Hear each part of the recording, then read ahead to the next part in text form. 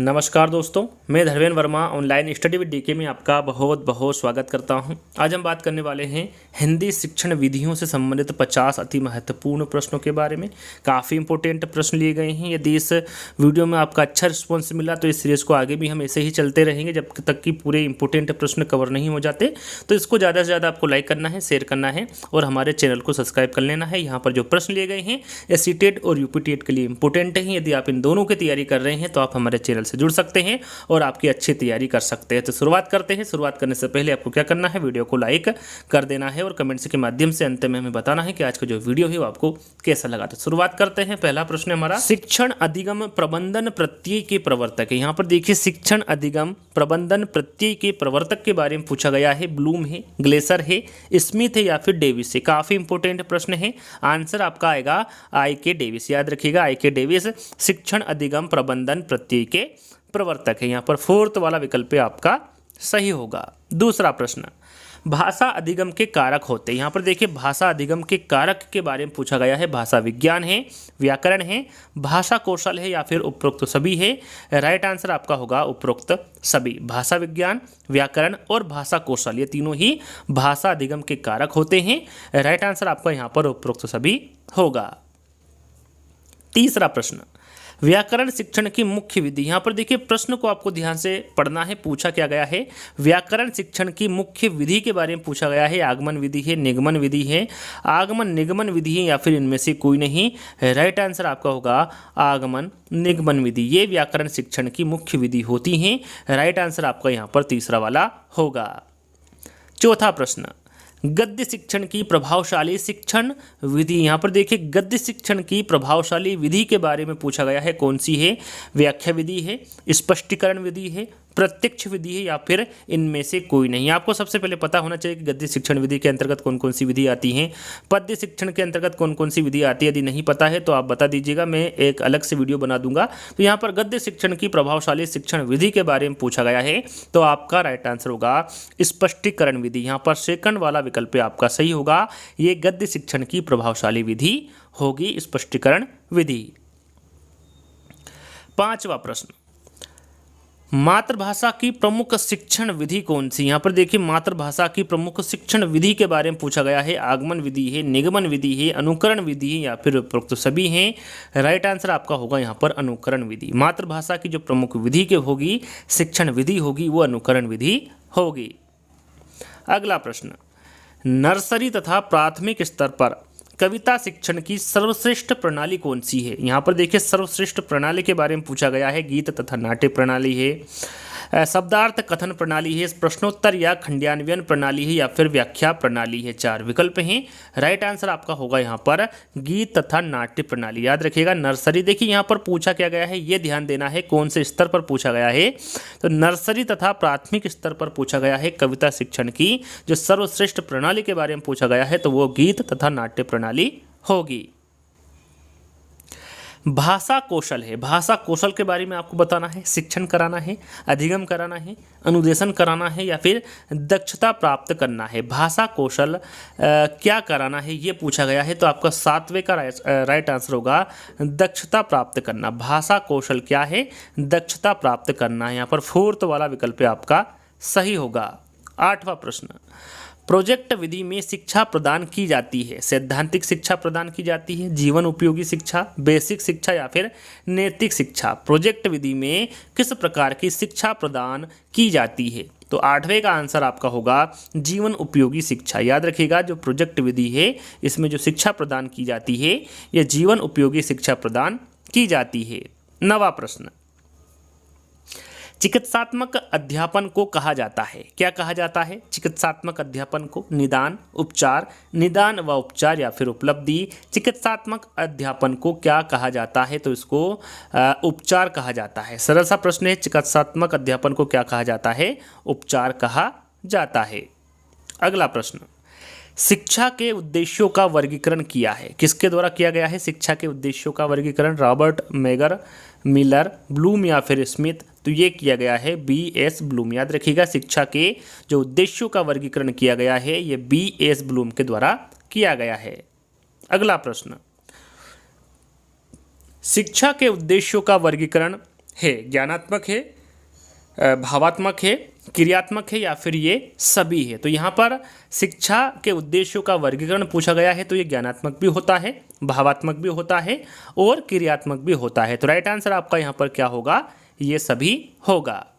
अगला प्रश्न, प्राथमिक कक्षाओं के विद्यार्थियों के लिए कौन सी विधि आपके दृष्टि से उत्तम होगी? यहाँ पर देखिए आपकी दृष्टि से पूछा गया है। सबसे पहले आपको ध्यान क्या देना है, मैं आपको हर प्रश्न में रिपीट कर रहा हूँ, ध्यान क्या देना है, पूछा क्या गया है, कौन से स्तर पर पूछा गया है। तो ये प्राथमिक स्तर पर या फिर प्राथमिक कक्षाओं के विद्यार्थियों के लिए पूछा गया है कि आपकी दृष्टि से कौन सी विधि उत्तम होगी। व्याख्या विधि है, समस्या समाधान विधि है, आगमन विधि है या फिर निगमन विधि है। तो आपकी दृष्टि से जो उत्तम विधि होगी प्राथमिक कक्षाओं के विद्यार्थियों के लिए वो आगमन विधि होगी। कौन सी विधि होगी? आगमन विधि होगी।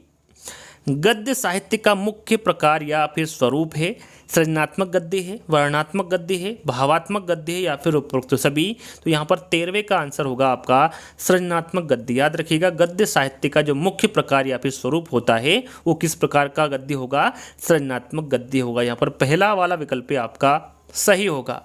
अगला प्रश्न और काफ़ी इंपॉर्टेंट प्रश्न है, देखो और लिखो शिक्षण विधि प्रयुक्त करते हैं। मौखिक रचना में करते हैं, निबंध रचना में करते हैं, शुद्ध अभिव्यक्ति में करते हैं या फिर उपरोक्त सभी में करते हैं। देखो और लिखो शिक्षण विधि किस में प्रयुक्त करते हैं? तो याद रखिएगा ये निबंध रचना में प्रयुक्त करते हैं। किस में करेंगे प्रयुक्त इसको? देखो और लिखो शिक्षण विधि को, तो इसको निबंध रचना में प्रयुक्त करेंगे। यहाँ पर सेकंड वाला विकल्प आपका सही होगा।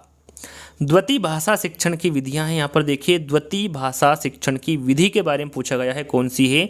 प्रश्नोत्तर विधि है, अनुवाद विधि है, व्याख्या विधि है या फिर इनमें से कोई नहीं। 15वें का आंसर आपका होगा अनुवाद विधि। याद रखिएगा जो द्वितीय भाषा शिक्षण की विधि के अंतर्गत होगा वो अनुवाद विधि होगा। यहाँ पर सेकंड वाला विकल्प आपका सही होगा। द्वितीय भाषा शिक्षण का विषय है, यहाँ पर देखिए विषय के बारे में पूछा गया है। द्वितीय भाषा शिक्षण का अभ्यास करना है, ध्वनियों का बोध करना है, शुद्ध उच्चारण करना है या फिर उपरोक्त सभी। तो यहाँ पर आपका राइट आंसर होगा अभ्यास करना, ध्वनियों का बोध और शुद्ध उच्चारण। ये तीनों ही द्वितीय भाषा शिक्षण के विषय के अंतर्गत आएंगे, तो उपरोक्त सभी आपका राइट आंसर होगा। अगला प्रश्न, नाटक का संबंध किस ज्ञानेंद्रियों से है? जो नाटक का संबंध होता है वो किस ज्ञानेंद्रियों से होता है? मुंह से होता है, कान से होता है, कान व आँख से होता है या फिर सिर्फ आँख से होता है? तो यहाँ पर आपका राइट आंसर होगा नाटक का संबंध, सरल सा प्रश्न है ये, कान व आँख दोनों से इसका संबंध होता है। तो राइट आंसर आपका तीसरा वाला होगा। सत्र की समाप्ति पर प्रयुक्त मूल्यांकन है, आईएमपी प्रश्न है, याद रखेगा। सत्र की समाप्ति पर प्रयुक्त मूल्यांकन नियोजनात्मक मूल्यांकन है, निर्माणात्मक मूल्यांकन है, निदानात्मक मूल्यांकन है या फिर संकल्पनात्मक मूल्यांकन है? कौन सा मूल्यांकन होगा?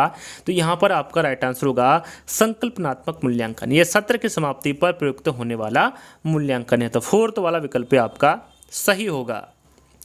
ब्लूप्रिंट ढांचा तैयार करने में उपयोगी नहीं है। प्रश्न को ध्यान से पढ़ना है, ध्यान क्या देना है आपको, कौन सा नहीं है? ब्लूप्रिंट ढांचा तैयार करने में उपयोगी कौन नहीं है? शिक्षक निर्मित सामग्री है, शिक्षण के लक्ष्य है, पाठ्य वस्तु के प्रकरण है या फिर प्रश्नों के प्रकार है? क्या होगा यहाँ पर आंसर आपका? तो यहाँ पर आपका राइट आंसर होगा 19वें का शिक्षक निर्मित सामग्री। ब्लूप्रिंट ढांचा तैयार करने में जो उपयोगी नहीं है वो शिक्षक निर्मित सामग्री नहीं। यहाँ पर पहला वाला विकल्प आपका सही होगा। शिक्षण के लक्ष्य, पाठ्य वस्तु के प्रकरण और प्रश्नों के प्रकार, ये तीनों ही ब्लूप्रिंट ढांचा तैयार करने में उपयोगी होगा, लेकिन शिक्षक निर्मित सामग्री नहीं होगा। यहाँ पर पहला वाला विकल्प आपका सही होगा। अगला प्रश्न, गद्य शिक्षण की मुख्य विधि। यहाँ पर देखिए गद्य शिक्षण की मुख्य विधि के बारे में पूछा गया है। उद्बोधन विधि है, प्रवचन विधि है, स्पष्टीकरण विधि है या फिर उपरोक्त सभी हैं? तो यहाँ पर आपका राइट आंसर होगा उद्बोधन विधि, प्रवचन विधि और स्पष्टीकरण विधि। ये तीनों ही गद्य शिक्षण विधि के अंतर्गत आती हैं और तीनों ही मुख्य विधि भी हैं। तो राइट आंसर आपका यहाँ पर उपरोक्त सभी होगा। सूक्ष्म से स्थूल की ओर शिक्षण सूत्र की पालना किस विधि में स्पष्ट दिखाई देती है? यहाँ पर देखिए सूक्ष्म से स्थूल की ओर पूछा गया है। आगमन विधि विधि में है, निगमन विधि में है, परिवेक्षण विधि में है या फिर व्याख्या विधि में है। सूक्ष्म से स्थूल की ओर पूछा गया है तो राइट आंसर आपका क्या होगा, निगमन विधि होगा। यदि स्थूल से सूक्ष्म की ओर होता तो आपका राइट आंसर क्या होता, आगमन विधि होता। याद रखिएगा, सूक्ष्म से स्थूल की ओर पूछे राइट आंसर आपका निगमन विधि होगा। यदि इससे उल्टा पूछे कि स्थूल से सूक्ष्म की ओर तो राइट आंसर आपका यहाँ पर क्या होगा, आगमन विधि होगा। फिलहाल यहाँ पर आपका राइट आंसर सेकंड वाला होगा। अगला प्रश्न, प्रयोगशाला में कार्य करते समय विद्यार्थी किस विधि का अनुसरण करता है, आगमन विधि का, निगमन विधि का, प्रदर्शन विधि का या फिर प्रोजेक्ट विधि का। प्रश्न को आपको ध्यान से पढ़ना है। प्रयोगशाला में कार्य करते समय विद्यार्थी किस विधि का अनुसरण करता है, तो ये आगमन विधि का अनुसरण करता है प्रयोगशाला में कार्य करते समय विद्यार्थी। अगला प्रश्न, माध्यमिक स्तर पर गद्य शिक्षण की विधि प्रयोग में ली जाती है। अर्थबोध विधि है, व्याख्या विधि है, व्याख्यान विधि है, प्रश्नोत्तर विधि है या फिर उपरोक्त सभी हैं। तो यहाँ पर आपका राइट आंसर होगा प्रश्नोत्तर विधि। याद रखिएगा, माध्यमिक स्तर पर गद्य शिक्षण की वहाँ विधि कौन सी होगी जो प्रयोग में ली जाती है, तो वो प्रश्नोत्तर विधि। यहाँ पर तीसरा वाला विकल्प आपका सही होगा। मानक भाषा के लिए अनिवार्य शर्त क्या है, व्याकरण सम्मत होना है, वृहत समाज द्वारा उपयोग करना है, शिक्षित वर्ग की प्रिय भाषा होना है या फिर उपरोक्त सभी है। मानक भाषा के लिए अनिवार्य शर्त पूछा गया है तो आपका राइट आंसर होगा व्याकरण सम्मत होना, वृहत समाज द्वारा उपयोग करना, साथ में शिक्षित वर्ग की प्रिय भाषा होना, ये अनिवार्य शर्त है मानक भाषा के लिए। राइट आंसर आपका उपरोक्त सभी होगा। मातृभाषा को शिक्षा का केंद्र बिंदु माना जाता है क्योंकि यह संपूर्ण पाठ्यक्रम के केंद्र में स्थित रहती है, संपूर्ण समाज के केंद्र में रहती है, संपूर्ण विद्यालय जीवन का है या फिर संपूर्ण बालक जीवन के विकास के केंद्र है। यहाँ पर मातृभाषा को शिक्षा का केंद्र बिंदु क्यों माना जाता है पूछा गया है। राइट आंसर आपका होगा संपूर्ण पाठ्यक्रम के केंद्र में स्थित रहती है, इसलिए मातृभाषा को शिक्षा का केंद्र बिंदु माना जाता है। यहाँ पर पहला वाला विकल्प आपका सही होगा। भाषा के मुख्य कौशल है। वैसे आप सभी को पता होगा भाषा के जो मुख्य कौशल होते हैं वो कितने प्रकार के होते हैं, 4 प्रकार के होते हैं, लिखना, सुनना, पढ़ना और बोलना, और यही भाषा के मुख्य कौशल होते हैं। तो राइट आंसर आपका यहाँ पर क्या होगा, उपरोक्त सभी भाषा के मुख्य कौशल के अंतर्गत लिखना, सुनना, पढ़ना और बोलना होता है। यदि पूछा जाए कि भाषा के कौशल कितने होते हैं तो वो 4 प्रकार के होते हैं।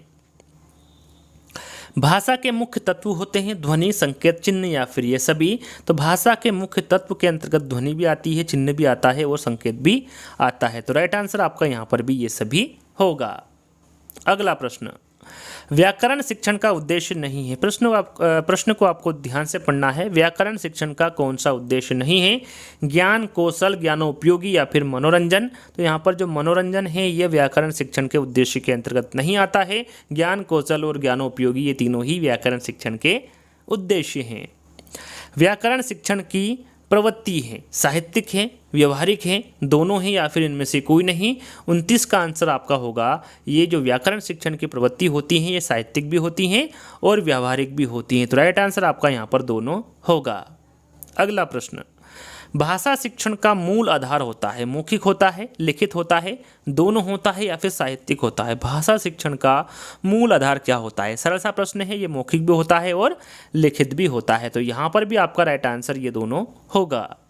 अगला प्रश्न, बालक को भाषा शिक्षण की शिक्षा देने का माध्यम होना चाहिए। जो बालक को हम भाषा शिक्षण देते हैं, जो शिक्षा प्रदान की जाती है भाषा शिक्षण की, वो किस माध्यम से देनी चाहिए, राष्ट्रभाषा, मातृभाषा, द्वितीय भाषा या फिर प्रादेशिक भाषा। सरल सा प्रश्न है, सभी को पता है। यदि हम मातृभाषा के रूप में उसको शिक्षा प्रदान करेंगे भाषा शिक्षण की तो वो जल्द ही सीख जाएगा। तो मातृभाषा यहाँ पर आपका राइट आंसर होगा।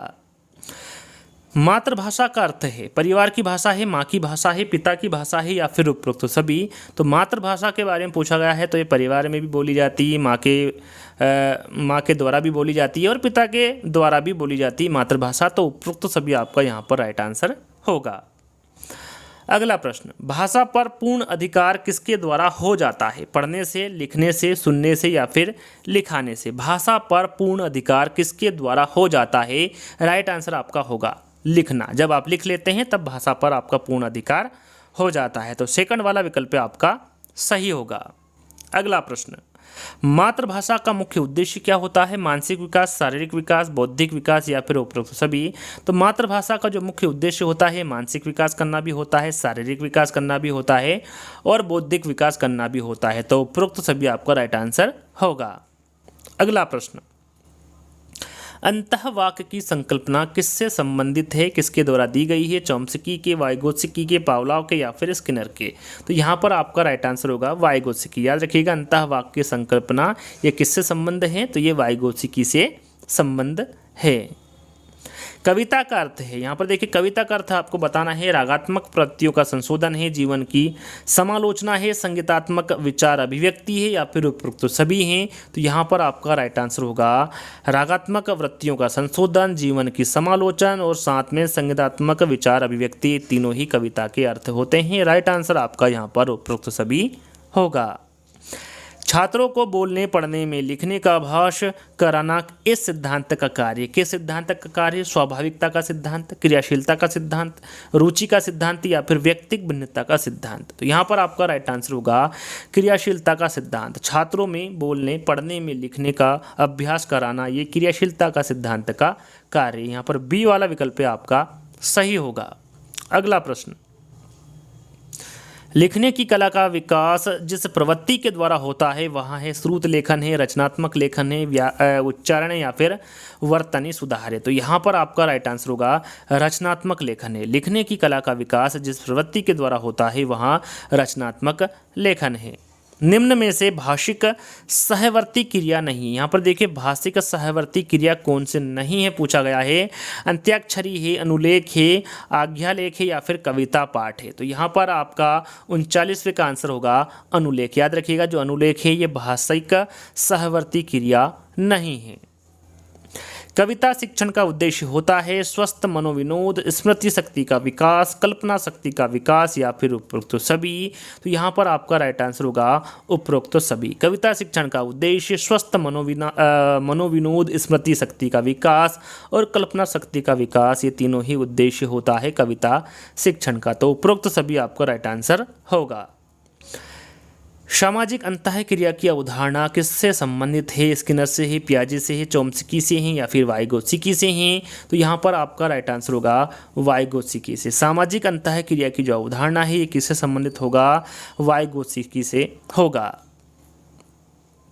कविता शिक्षण की मुख्य विधि, यहाँ पर देखिए कविता शिक्षण की मुख्य विधि के बारे में पूछा गया है। व्याख्या विधि है, प्रश्नोत्तर विधि है, गीत व अभिनय विधि है या फिर उपरोक्त सभी हैं? तो यहाँ पर आपका राइट आंसर होगा उपरोक्त सभी। कविता शिक्षण की जो मुख्य विधि के अंतर्गत व्याख्या विधि भी होती है, प्रश्नोत्तर विधि भी है और गीत व अभिनय विधि भी है। तो उपरोक्त सभी आपका राइट आंसर होगा। भाषा का अस्तित्व एवं विकास समाज के बाहर नहीं हो सकता, यहाँ जो कथन है ये किसका है? चॉम्स्की का है, ऑरेलियन का है, वाइगोत्स्की का है या फिर जन पियाजे का है? तो यहाँ पर आपका राइट आंसर होगा वाइगोत्स्की का। जो दिया गया कथन है ये वाइगोत्स्की का कथन है। अगला प्रश्न, व्याख्यान विधि में केंद्र बिंदु होता है। देखिए व्याख्यान विधि के बारे में पूछा गया है। इसमें जो केंद्र बिंदु होता है कौन होता है? छात्र होता है, अध्यापक होता है, श्यामपट्ट होता है या फिर पाठ योजना होता है? व्याख्यान विधि में केंद्र बिंदु कौन होता है? तो यहाँ पर आपका राइट आंसर होगा अध्यापक। याद रखिएगा, व्याख्यान विधि में केंद्र बिंदु अध्यापक होता है। बच्चे भाषा सीखने की क्षमता के साथ पैदा होते हैं। मुख्यतः यहाँ विचार है, यहाँ जो विचार है ये किसका है? वाइगोत्स्की का है, पावलोव का है, चॉम्स्की का है या फिर पियाजे का है? तो याद रखिएगा यहाँ पर जो दिया गया विचार है ये नोम चॉम्स्की का है। यहाँ पर तीसरा वाला विकल्प आपका सही होगा।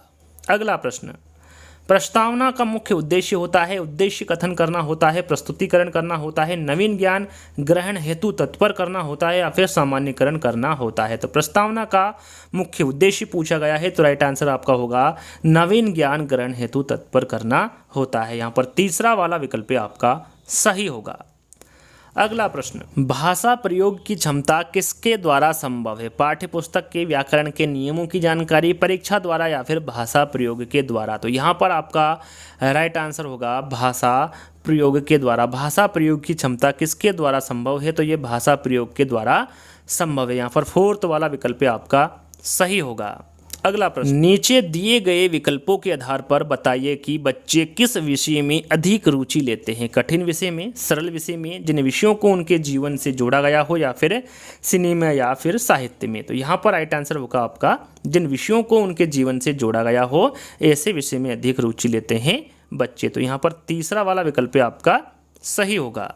अगला प्रश्न, लेखन और उच्चारण के लिए अनुकरण विधि उपयोगी है। प्रारंभिक स्तर पर, माध्यमिक स्तर पर, उच्च स्तर पर या फिर सभी स्तरों पर उपयोगी है। तो यहाँ पर आपको बताना है लेखन और उच्चारण के लिए अनुकरण विधि किस पर उपयोगी है। तो यहाँ पर आपका राइट आंसर होगा प्रारंभिक स्तर पर। याद रखिएगा, लेखन और उच्चारण के लिए जो अनुकरण विधि है ये प्रारंभिक स्तर पर उपयोगी हैं। अंतिम प्रश्न, जैसा कि मैंने आपको बताया था टोटल 50 प्रश्न मिलेंगे। यदि अच्छा रिस्पॉन्स मिला तो आगे भी आपको इस सीरीज का पार्ट मिल जाएगा। यदि इस पर अच्छा रिस्पॉन्स है, यानी कि ज़्यादा ज़्यादा आपने शेयर किया और ज़्यादा ज़्यादा आपने इस वीडियो को लाइक किया, तो अक्षर बोध विधि से संबंधित गणित शिक्षण से हैं, विज्ञान शिक्षण से हैं, भाषा शिक्षण से हैं या फिर उपरोक्त सभी से हैं। तो यहाँ पर अक्षर बोध विधि किससे संबंधित है पूछा गया है, तो आपका राइट आंसर होगा भाषा शिक्षण से। याद रखिएगा, अक्षर बोध विधि भाषा शिक्षण से संबंधित। यहाँ पे आज के जो 50 प्रश्न है वो यहीं पर समाप्त होते हैं। आज का वीडियो आपको कैसा लगा आपको कमेंट्स के माध्यम से बताना है। यदि अच्छा लगे तो वीडियो को लाइक करना है। तो जल्दी ही दोस्तों एक नई वीडियो के साथ मिलेंगे, जब तक के लिए धन्यवाद।